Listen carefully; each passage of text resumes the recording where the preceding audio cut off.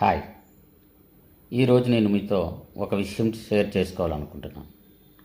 అది ఒక సామెతకి సంబంధించిన విషయం.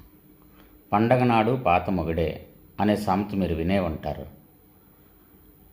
నాకు దాని అర్థం తెలిసేది కాదు. చాలా సినిమాల్లోనూ, సీరియల్స్లోనూ, టీవీ షోస్లో కూడా దీన్ని యూజ్ చేశారు. అయినా నాకు అర్థమయ్యేది కాదు.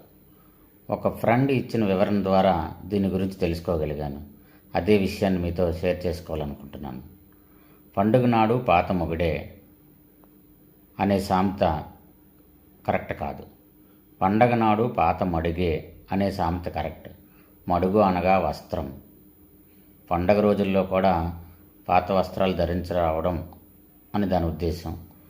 దాన్నే మనం ప్రత్యేక సందర్భాల్లో కూడా వాడిన వాటినే వాడాల్సి వచ్చినప్పుడు ఈ సామెతను వాడతారు.